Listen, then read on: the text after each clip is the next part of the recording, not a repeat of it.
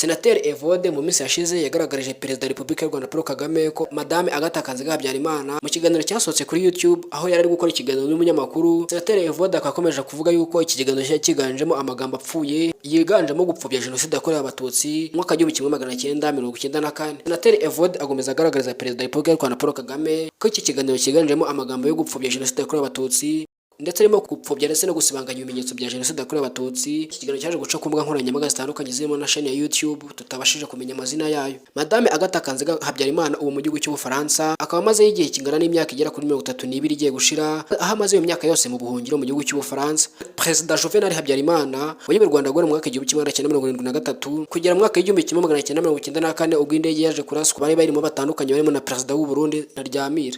Kuva icyo gihe Madame Agatha Kanziga Habyarimana yahise ahungira mu gihugu cy'Ubufaransa abamaze imyaka yose ari mu buhungiro. Ntago yigeze akunda kugaragara ku mbuga nkoranyambaga, gusa mu minsi yashize nibwo yagaragayeho bigaragara ko amaze gukura kuko ari mu kigero cy'imyaka 46 y'amavuko. Agatha Kanziga Habyarimana rero yagomeje avuga yuko inkotanyi arizo zahanuye indege Habyarimana, gusa ibi ni ibinyoma byambaye ubusa kubera yuko indege Habyarimana bivuga yuko yahanuwe n'itsinda ryo muri CDR ryarwanyaga imyanzuro cyane cyane yo gushyigikira amahoro yarusha muri Tanzania yagombaga gutuma ishyaka rya FPR inkotanyi rigira ijambo muri guverinoma ndetse rikagira n'imyanya mu buyobozi butandukanye muri guverinoma. Abantu batandukanye muri guverinoma y'u Rwanda bakimara kubona kino kiganiro bacyamaganiye kuri by'umwihariko abakoresha imbuga nkoranyambaga, aho urubyiruko rutandukanye rwiganjemo abasore n'inkumi bagiye bino bintu bakabirwanyiriza ku mbuga nkoranyambaga. Gusa imbuga nkoranyambaga zirwaho uburenganzira na buri wese, hari n'abandi bantu b'urubyiruko cyane cyane bari mu gisata cy'abarwanya ubutegetsi bw'u Rwanda bafashe iyi video cyangwa se iki kiganiro cya Madame Agatha Kanziga Habyarimana hanyuma bakagisharinga bakagira kure, ariko bari mu buryo bwo kugira ngo babyamamaze bibwira ko rwose bari kugaragaza ukuri, gusa ibi nta kuri na guke kurimo, ni ibinyoma byambaye ubusa. Senateri Evode yagomeje agaragaza yuko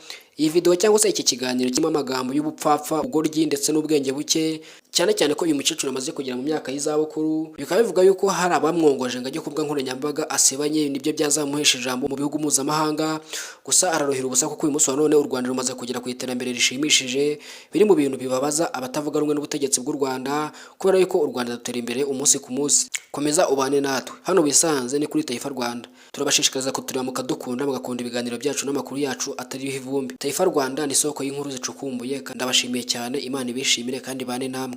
Ciao ciao.